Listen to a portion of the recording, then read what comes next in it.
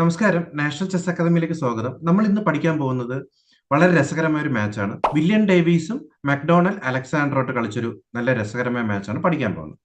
William Davis white ആണ്, black pieces എടുത്തിരിക്കുന്നത് McDonald Alexander ആണ്. നമുക്ക് സ്റ്റാർട്ട് ചെയ്യാം. വൈറ്റ് E4 കളിക്കുന്നു, ബ്ലാക്ക് E5 കളിക്കുന്നു. വൈറ്റ് നൈറ്റ് F3 കളിക്കുന്നു, ബ്ലാക്ക് നൈറ്റ് C6 കളിക്കുന്നു. വൈറ്റ് ബിഷപ്പ് C4 കളിക്കുകയാണ്, ബ്ലാക്ക് ബിഷപ്പ് C5 കളിക്കുന്നു. ഇവിടെ B4 തന്നെയാണ് ഗെയിമിൽ കളിക്കുന്നത്. ഈ B4 കളിക്കുന്ന ഓപ്പണിങ്ങിനെ ഇവന്റ്സ് ഗാംബിറ്റ് എന്ന് പറയും. നമ്മൾ കഴിഞ്ഞ വീഡിയോയിലൊക്കെ നമ്മൾ കണ്ടാണ് ഇവന്റ്സ് ഗാംബിറ്റിന്റെ വീഡിയോസ് ഒക്കെ സാറ് ചെയ്തിട്ടുള്ളതാണ്.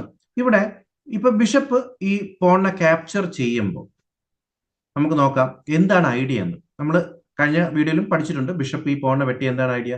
C3 കളിച്ച് D4 കളിക്കാം. ഇതാണ് നമ്മുടെ ഐഡിയ. സെന്റർ കൺട്രോൾ പെട്ടെന്ന് നേടുക. ഇവിടെ വൈറ്റ് C3 തന്നെയാണ് കളിക്കുന്നത്. ഗെയിമിൽ C3 കളിച്ച് ബിഷപ്പിനെ അറ്റാക്ക് ചെയ്യാം. അപ്പൊ നമുക്ക് നോക്കാം. ബിഷപ്പ് A5 ഉണ്ട്, C5 ഉണ്ട്, E7 ഉണ്ട്. ഇവിടെ ഗെയിമിൽ ബിഷപ്പ് C5 ആണ് കളിക്കുന്നത്.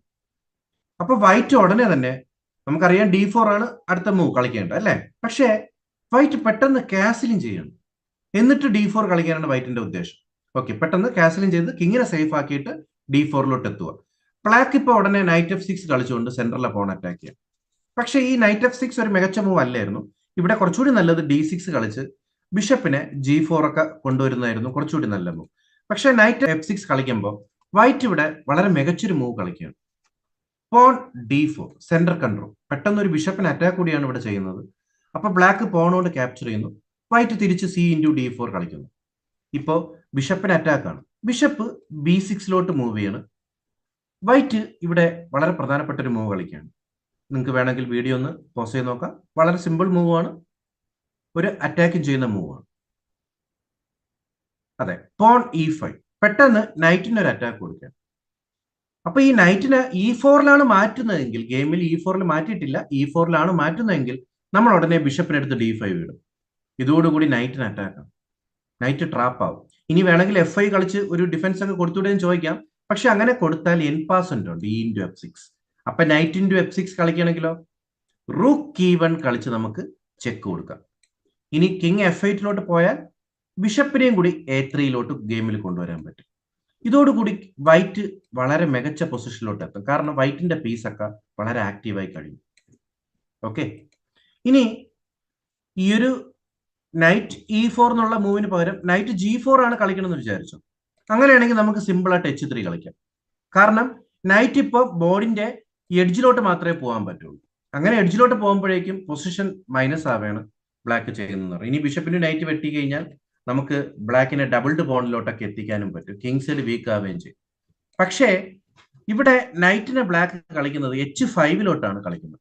അങ്ങനെ H5 കളിക്കുകയാണെങ്കിൽ, H5 കളിച്ചാൽ ഇതും ബ്ലണ്ടറാണ്. H5 കളിക്കുകയാണെങ്കിൽ ഇതും ബ്ലണ്ടറാണ്. റീസൺ നൈറ്റ് G5 ഇവിടെ കളിക്കാം. കാരണം F7 പോൺ അറ്റാക്കുമാണ്, ക്യൂൻ നൈറ്റിനും അറ്റാക്കുമാണ്. ഓക്കെ, അപ്പൊ ഡബിൾ അറ്റാക്ക് ആണ്. ഇവിടെ കാസ്ലിംഗ് ആണ് ചെയ്യുന്നതെങ്കിലോ നമ്മൾ Q×N നൈറ്റ് വെട്ടും. അപ്പൊ ഇതോടുകൂടി വൈറ്റ് ക്ലിയർ വിൻ ആണ്. നമുക്ക് H7 പോൺ അറ്റാക്ക് ആണ്. അടുത്തത് F7 പോണിന് 3 പീസും ചേർന്ന് അറ്റാക്ക് ചെയ്യണം. ഇനി H6 വല്ല കളിച്ചാൽ നൈറ്റിന്റെ F7 ഉണ്ട്, ക്യൂൻ അറ്റാക്ക് ആണ്. ഇപ്പം ഈ റൂക്ക് കൊണ്ട് നൈറ്റിനെ വെട്ടിയാൽ നമുക്കറിയാം ഗെയിം ഈസി ആയിട്ട് നമ്മൾ ജയിക്കുമെന്ന്. റൂക്ക് നൈറ്റിനെ വെട്ടിയാൽ അറിയാം എന്ത് ചെയ്യാം, ബിഷപ്പ് കൊണ്ട് നമുക്ക് വെട്ടി ജയിക്കാം. ഇനി ക്യൂനെ എടുത്ത് E8 ആണ് ഗെയിമിൽ കളിക്കണമെങ്കിലോ നൈറ്റ് ഇവിടെ കളിക്കും. അപ്പൊ ഡബിൾ ചെക്കാണ്. ഇവിടെ ബിഷപ്പിന്റെ ചെക്കും ഉണ്ട്, നൈറ്റിന്റെ ചെക്കും ഉണ്ട്. ഈ പൊസിഷനിൽ കിങ് H7 കളിക്കുമ്പോൾ എന്ത് ചെയ്യും, നമ്മൾ നൈറ്റിന് വളരെ മികച്ചൊരു പൊസിഷനിലോട്ട് F7 നമുക്ക് കളിക്കാൻ പറ്റും. ഇത് ഒരു ഡിസ്കവേർഡ് ചെക്കാണ്. അപ്പൊ കിങ് G8 കളിക്കുമ്പോൾ ക്യൂന് H8 കളിച്ച് നമുക്ക് ചെക്ക് മേറ്റ് ആക്കാം. ഇനി നൈറ്റ് H5 എന്നുള്ള ഈ മൂവും ബ്ലാക്ക് ഗെയിമിൽ കളിച്ചിട്ടില്ല. നമ്മൾ 3 മൂവ് നോക്കാം. നൈറ്റ് E4 കളിച്ചാൽ, നൈറ്റ് G4 കളിച്ചാൽ, നൈറ്റ് H5 കളിച്ചാൽ, 3 മൂവ് നമ്മൾ ഇന്ന് പരിചയപ്പെട്ടു. പക്ഷേ ഗെയിമിൽ കളിച്ചത് പോൺ D5 ആണ്. അതായത് തിരിച്ച് പവർ ബിഷപ്പിനെ അറ്റാക്ക് ചെയ്യണം. ഇതാണ് ബ്ലാക്ക് കളിച്ചത്.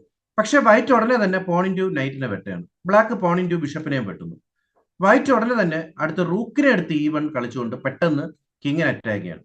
ഇവിടെ ബിഷപ്പ് കൊണ്ട് കവർ ചെയ്യുകയാണെങ്കിൽ D5 പോലത്തെ മൂവ് വന്ന് ബിഷപ്പിന് തിരിച്ച് അറ്റാക്ക് വരും. ഇവിടെ ഒരു ഫോർക്ക് കൂടി വരെയാണ്, ബിഷപ്പിനും നൈറ്റിനും ഒരു ഫോർക്ക് വരും. അതുകൊണ്ട് തന്നെ ബ്ലാക്ക് ഈ പൊസിഷനിൽ കിങ്ങിനെ F8 മാറ്റുകയാണ്. അപ്പൊ നമുക്ക് നോക്കാം, വൈറ്റ് ഈ പൊസിഷനിൽ ബിഷപ്പ് A3 കളിച്ചുകൊണ്ട് വീണ്ടും ഒരു ചെക്ക് കൊടുക്കുന്നു. ഇവിടെ കിങ് G8 പോവുകയാണ്. ഇപ്പൊ ബ്ലാക്കിന് കാസ്ലിംഗ് ഒന്നും ചെയ്യാൻ പറ്റില്ല.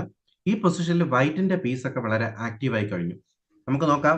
വൈറ്റിന്റെ റൂക്ക് ആക്റ്റീവാണ്, നൈറ്റ് ആക്റ്റീവായി, ബിഷപ്പ് ആക്റ്റീവായി, കാസ്ലിംഗ് ചെയ്യുകയും ചെയ്തു. ബ്ലാക്ക് ആണെങ്കിൽ കാസ്ലിംഗ് ചെയ്തിട്ടില്ല. ബ്ലാക്കിന് കാസ്ൽ ചെയ്യാൻ പറ്റുന്ന പൊസിഷൻ അല്ല ഇത്. ഇവിടെ ഇനി ആർട്ടിഫിഷ്യൽ കാസ്ലിംഗിലോട്ട് എത്താനും പെട്ടെന്ന് പാടാണ് ബ്ലാക്കിന്. അപ്പോൾ ഈ ഒരു ഗെയിമിൽ നമുക്ക് നോക്കാം. വൈറ്റ് ഇവിടെ ബ്ലാക്കിന്റെ പീസിനെ ആക്റ്റീവ് അല്ലാതാകാൻ കൂടി ഒരു പ്രധാനപ്പെട്ട ഒരു മൂവ് കളിക്കുകയാണ്.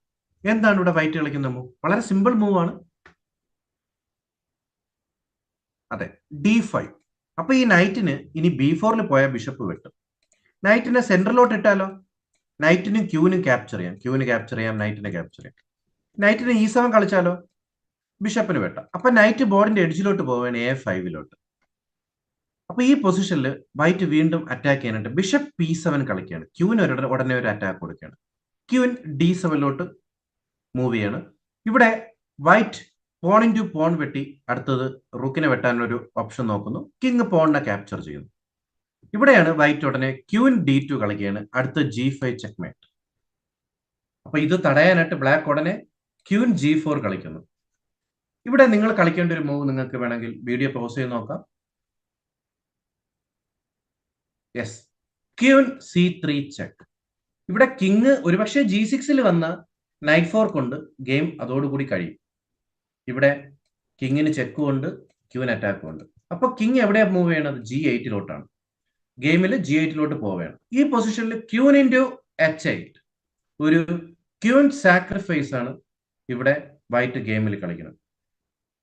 അപ്പം ഇത് എന്തുകൊണ്ടാണ് നമുക്ക് വീഡിയോ ഒന്ന് പോസ് ചെയ്ത് നോക്കാം. ഈ ക്യൂനെ സാക്രിഫൈസ് ചെയ്തത് എന്തിനാണ്? കിങ് ക്യൂനെ വെട്ടുമ്പോൾ യെസ്, ബിഷപ്പ് F6 ചെക്ക്. അപ്പൊ കിങ് G8 മൂവ് ചെയ്യാണ്. ഇവിടെ റൂക്ക് E8 കളിച്ചുകൊണ്ട് വില്യം ഡേവിസ് ഗെയിം ജയിച്ചിരിക്കും.